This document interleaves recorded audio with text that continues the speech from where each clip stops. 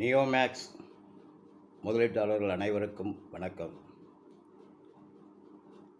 நேற்று நமது வழக்கு மதுரை ஹைகோர்ட்டில் நடந்தது. ஐயா பரதன் சக்கரவர்த்தி அவர்கள் நீண்ட நேரம் ஏலம் விடுவதன் விஷயமாகவும் அதில் உள்ள சிறு சிறு குறைபாடுகளையும் நன்கு கேட்டறிந்து எம்எஸ்ஐயிடம் கூறி அதற்கான தீர்வுகளை உடனுக்குடனே கேட்டு மக்களுக்கு ஒரு நல்ல தீர்வினை நேற்று கொடுத்துள்ளார். அதுபோல் ஏபிசிடி இப்படி 4 பிரிவுகளாக பிரித்து வைத்திருந்த அனைத்து சொத்துக்களையும் அதிவேகமாக விரைவில் சீக்கிரம் ஏலம் விட்டு மக்களுக்கு தீர்வு கொடுக்க வேண்டும் என்ற ஒரு செயல்பாடுகள் நடந்து கொண்டிருக்கிறது. ஆகையால் முதலீட்டாளர்கள் அனைவருமே நிறைய கலக்கத்துடன் தயக்கத்துடன் இருந்தார்கள். அவர்களுக்கெல்லாம் ஒரு நல்ல ஒரு விஷயமாக நேற்று நடைபெற்றது. இதில் நியோ முதலீட்டாளர்கள் நல சங்கம் சார்பாக இதுவரை 6 முறை எஸ்ஆர் போட்டு பல தகவல்களையும் பல சொத்துக்களையும் கிட்டத்தட்ட 310 கம்பெனிகளையும் 110க்கு மேற்பட்ட டைரக்டர்களையும் நாம் அட்டாச்மெண்ட்டுக்கும் அவர்களுடைய மேல் நடவடிக்கை எடுக்க வேண்டும் என்ற விஷயத்திற்கும் இஓடபிள்யூ மூலமாக கோர்ட்டிலும் தாக்கல் செய்துள்ளோம். இதெல்லாம் அவர்கள் காலதாமதப்படுத்தி கொண்டிருக்கிறார்கள்.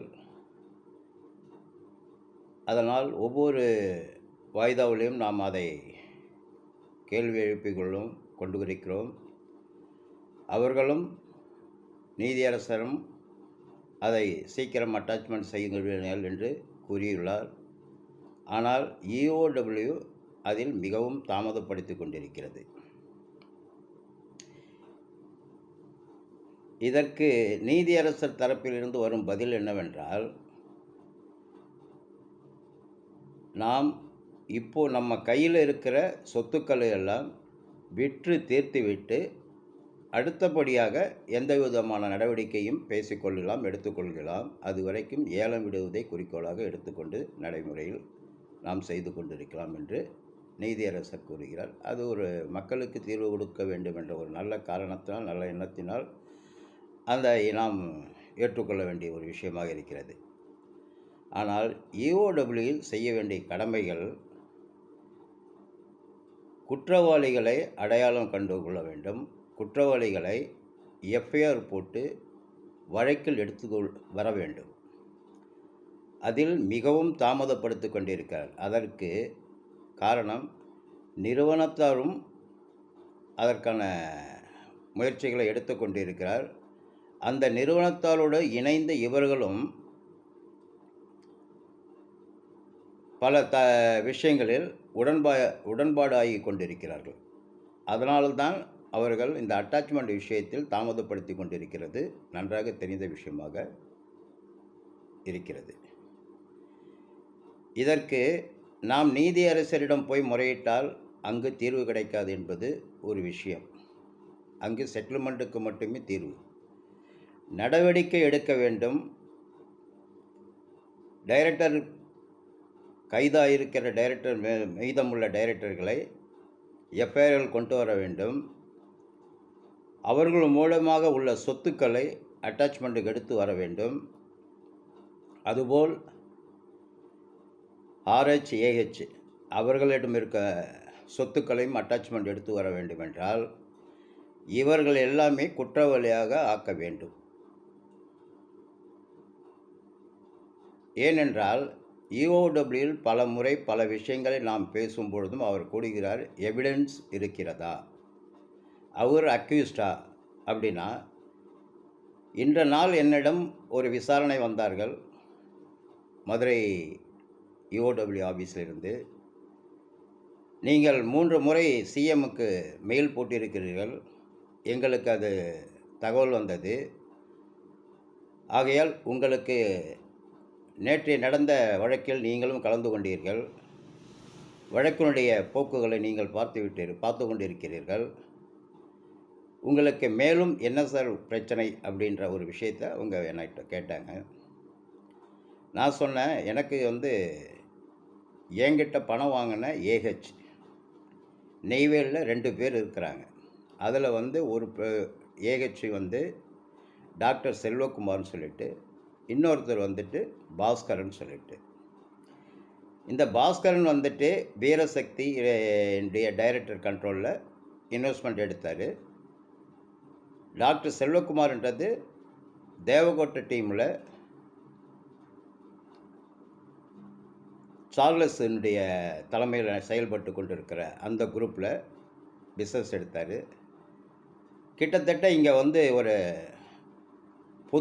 பொதுப்படையாக நம்ம பேசுகிறதுக்கு காரணம் என்னென்னா, நம்ம ஒரு அசோசியேஷன் பண்ணி கம்ப்ளைண்டரெல்லாம் ஒருங்கிணைச்சு செயல்பட்டுருக்கோம். அப்போ நாம் பொதுவாக தான் பேச முடியும். அப்படி இருக்கும் பொழுது இந்த தேவகோட்டை டீம் பக்கம் பார்த்தீங்கன்னா ஒரு 200 கோடி எடுத்திருக்காங்க. பாஸ்கர் டீம் பக்கம் பார்த்தீங்கன்னா ஒரு 200 கோடி எடுத்திருக்கிறாங்க. இங்கே ஒரு 500 கோடி ஸ்கேம் நியோமேக்ஸ் மூலயமா நடந்திருக்கு. இந்த செயல்பாடுகளுக்கு இதுவரைக்கும் இங்கே யாரையுமே அக்யூஸ்ட் ஆக்கப்படலை. அது இல்லாமல் இங்கே பல நிறுவனத்தோடு சேர்ந்து பல தில்லுமுல்லுகளை இவர்கள் செய்து கொண்டிருக்கிறார் என்ற விஷயத்தையும் நாம் பேசி கொண்டிருக்கிறோம். இதில் எந்த சூழ்நிலையும் எந்த இடத்திலும் முதலீட்டாளருக்கு சாதகமான செயல்பாடுகள் கிடையாது.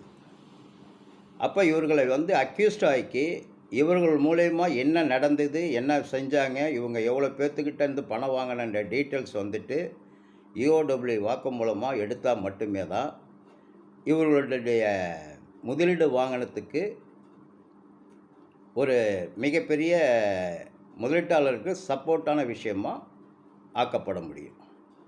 ஆகையால் நீங்கள் இவர்கள் மேல் நடவடிக்கை எடுக்க வேண்டும், இவர்களை அக்யூஸ்ட் ஆக்க வேண்டும் என்று இஓடபிள்யூவில் நான் கூறியுள்ளேன்.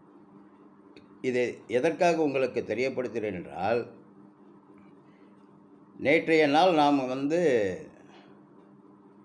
ஒரு மிகப்பெரிய நம்ம ஏற்கனவே ஒரு பெரிய ஸ்கேமில் பணத்தை போட்டு இழந்திருக்கிறோம். அதுலேருந்து காப்பாற்றுறதுக்கு அதுலேருந்து நம்ம தப்பிச்சு பொழைச்சி வர்றதுக்கு தான் இந்த இஓடபிள்யூ நம்பி நம்ம அரசாங்கத்தை நம்பி போயிருக்கிறோம். அதே இஓடபிள்யூ அரசாங்கத்தினுடைய சார்ந்த ஒரு காவல்துறையினுடைய கண்காணிப்பில் உள்ள இஓடபிள்யூ அவர்கள் செய்திருக்க பணியில் கிட்டத்தட்ட 30,000 கம்ப்ளைண்ட்டு கிட்ட ஃபேக்காக கொடுத்துருக்காங்க. அதாவது நிறுவனம் சைட்லேருந்து ஒரு 10,000 சில்லற, அசோசியேட்ஸ் சைட்லேருந்து ஒரு 500, 600 அப்படி கொடுத்துருக்காங்க. ஒரு சில பேர் ஒரு ஒரே நம்பரில் 800 சில்லற 700 சில்லற கம்ப்ளைண்ட்லாம் வந்திருக்கு. இதெல்லாம் நம்ம ஓரளவுக்கு தேடி எடுத்ததில் ஒரு 6,000 கம்ப்ளைண்ட்டை கலெக்ட் பண்ணி சார்ட் அவுட் பண்ணிவிட்டு அதனுடைய டீட்டெயில் எல்லாத்தையும் எடுத்து கிட்டத்தட்ட ஒரு 114 பக்கமாக டாக்குமெண்ட்டை ரெடி பண்ணி அதை ஒரு ஸ்பைரல் பெனண்ட் போட்டு கோர்ட்டில் நம்ம நேற்று தாக்கல் பண்ணியிருக்கோம். இந்த விஷயம் எதற்காக இவங்க செய்கிறாங்கன்னா, நிறுவனத்தோடு நம்ம சேர்ந்து அவங்களோட இணைந்து அவங்க செட்டில்மெண்ட்டு எப்படி நமக்கு பண்ணுறாங்களோ அதை ஏற்றுக்கிட்டு அந்த இதில் நம்ம பணத்தை வாங்கிட்டு போகல அப்படின்ற ஒரு காரணத்தினாலேயும் நாம் அவர்களை எதிர்த்து வழக்கை தொடர்ந்தோம் என்ற ஒரு காரணத்தினாலும் இவர்களுக்கு எந்த விதத்திலும் பணம் போய் சேரக்கூடாது என்ற ஒரு மாபெரும் கெட்ட எண்ணத்தில் அவர்கள் இந்த 30,000 பேரை உள்ளே எடுத்துகிட்டு வந்திருக்காங்க. பொது அப்படின்னா எல்லாரும் பொது தான். அதுக்கு என்ன பண்ணணும்னா, எல்லாத்தையுமே பெட்டிஷனர் ஆக்கிடணும், எல்லாத்தையுமே அரெஸ்ட் பண்ணணும், எல்லாருடைய சொத்துமே கையகப்படுத்தணும். பெட்டிஷனுடைய வேல்யூம் என்ன இருக்கோ அந்த வேல்யூமுக்கு 3 மடங்கு டெபாசிட், அதாவது சொத்து சுருட்டி கொடுத்து அவங்க பெயிலில் வெளில வரணும். அப்படி வந்திருந்தால் இன்றைக்கி நமக்கு ஒரு நல்ல தீர்வுக்காக ஒரு வழி இருக்கும். அவங்க கொடுத்துருக்கிற அமௌண்ட்டு சொத்து வேல்யூம் பார்த்தா ஒரு 1500, 2000, 2500 கோடிக்குள்ளே தான் இருக்குன்றது ஒரு தகவல். ஆனால் பெட்டிஷனுடைய வேல்யூ வந்து 7000 கோடி இருக்குன்றது இஓடபிள்யூ ஒரு தகவல். இது ரெண்டுமே அவங்க கரெக்டாக ஃப்ரேம் பண்ணி நமக்கு லிஸ்ட் அவுட் பண்ணி கொடுக்கல, சொல்லலை. அப்படி இருக்கும்போது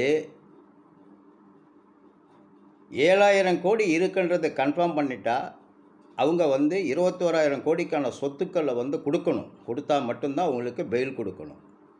இது எந்த அடிப்படையில் அவங்களுக்கு வந்து பெயில் கொடுத்துருக்காங்க, அது எந்த அடிப்படையில் அவங்களுக்கு வந்து சாதகமாக இஓடபிள்யூ செயல்படுன்றது தெரியல.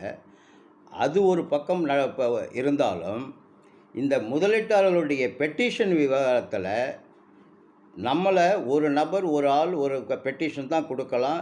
மனைவியாக இருந்தாலும் அது பிரித்து தான் கொடுக்கணும், பிள்ளைகளாக இருந்தால் பிரித்து தான் கொடுக்கணும். ஒருத்தவங்களும் ஒரு மொபைல் நம்பரு, அக்கௌண்ட் நம்பர் எல்லாத்தையும் வாங்கி செய்கிற இந்த இஓடபிள்யூ, இது வரைக்கும் செஞ்சுட்டு இருந்த இஓடபிள்யூ 8/10/2025 வரைக்கும் இந்த மாதிரி செயல்பட்ட இஓடபிள்யூ 7ஆம் தேதி அன்னைக்கு வரைக்கும் அப்படியெல்லாம் வாங்கிட்டு இருந்த இஓடபிள்யூ 8ஆம் தேதி ஒரு நாளையில் இந்த மாதிரி வாங்கி பெட்டிஷனை ஏற்றிருக்கிறாங்க. இதனால் வந்து பெட்டிஷனோடு 65,000 பெட்டிஷனாக ஆகிருக்கு. இதை தான் வந்து நம்ம நிறைய தகவலை சேகரித்து நேற்றைய வழக்கில் கோர்ட்டில் சப்மிட் பண்ணியிருக்கோம். இதை பரிசீலனை பண்ணுகிறேன் என்று வாக்குறுதியும் கொடுத்துருக்கார் நீதியரசர். ஐஓட்டையும் கூப்பிட்டு இதை வந்து நீங்கள் ஓரளவு ஒரு 2-3 விஷயம் இதை செக் பண்ணுங்கள், செக் பண்ணிவிட்டு என்னன்ற டீட்டெயில் கொடுங்க, அதுக்கப்புறம் அது மேலே நடவடிக்கை எடுக்கிறேன்றது சொல்லியிருக்கார். ஆகையால் இதுபோல் நமக்கு மேலும் மேலும் நம்மளுடைய பணம் நமக்கு கிடைப்பதற்கு நிறுவனம் சைடிலும் சரி, இஓடபிள்யூவும் சரி முழுமையான ஒத்துழைப்பு இல்லை என்பதை முதலீட்டாளர்கள் நன்றாக தெரிந்து கொள்ள வேண்டும். ஆகையால் அடுத்த கட்டங்கள், அடுத்த செயல்பாடுகள், அடுத்த இதை நாம் முயற்சி செய்து கொண்டே இருக்க வேண்டும். அந்த முயற்சிகள் என்ன செய்கிறோமோ அதற்கு முதலீட்டாளர்கள் அனைவரும் ஒத்துழைப்பு கொடுத்து எங்களுடன் கைகோர்த்து வந்தால் நாம் இழந்த பணத்தை மீட்டெடுப்பதற்கான நல்ல ஒரு தீர்வினை எடுக்கலாம் என்று நம்புகிறோம். அதுபோல் வந்து ஏலம் எடுக்கிற விஷயத்தில் நம்ம தான் சொல்லிட்டோம், நம்ம பணத்துக்காக தான் வந்துட்டு போராடுறோன்ட்டு. ஏலம் எடுக்கிறதுக்குன்னு வந்துட்டு நிறுவனத்தோடு இணைந்து செயல்படக்கூடிய சங்கங்கள் ஒரு 3 சங்கங்கள் இருக்குது. அவங்களுக்கு வந்து ஆதாயம் இருக்கோ ஆதாயம் இல்லையோ அதெல்லாம் நமக்கு தெரியல. பட் ஆனால் அவங்க முழுமையாக செயல்பட்டுருக்காங்க. அவங்க செயல்பாடில் உங்களுக்கு நம்பிக்கை இருந்து உங்களுக்கு அது வந்து சரின்னு பட்டுது அப்படின்னா நீங்கள் யார் வேணாலும் எப்படி வேணாலும் செயல்பட்டு இடத்த எடுத்துக்கலாம். ஆனால் ஒரு சில வேல்யூலான இடங்களை வந்து எந்த சூழ்நிலையும் யாரும் சிண்டிகேட் பண்ணி எடுப்பதற்கான முயற்சிகள் செய்தால் இந்த நியோ முதலீட்டாளர்கள் சங்கம் சார்பாக நானும் அதற்கு முயற்சி செய்வேன், அதற்கு போட்டியாளராக வருவேன் என்பதையும்